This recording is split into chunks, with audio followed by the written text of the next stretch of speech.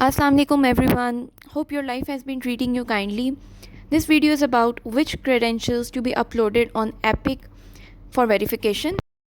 If you are IMC aspirant and applying for general registration, you should upload final medical diploma and certificate of practical experience issued by PMDC. And if you are applying for specialist registration, upload your final medical diploma, your post graduation degree, and MRCP or MRCS certificate if you have completed it. For GMC registration, you have cleared PLAB, upload your final medical diploma. And if you have completed your MRCP, MRCS, upload your final medical diploma and your MRCP, MRCS certificate. For Kuwait, upload your final medical diploma. And if you are applying for consultant's post, upload your post-graduation degree too. So guys, requirements may vary depending upon the type of authority and these may change with time.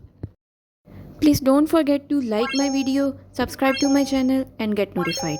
Take care. Allah Hafiz.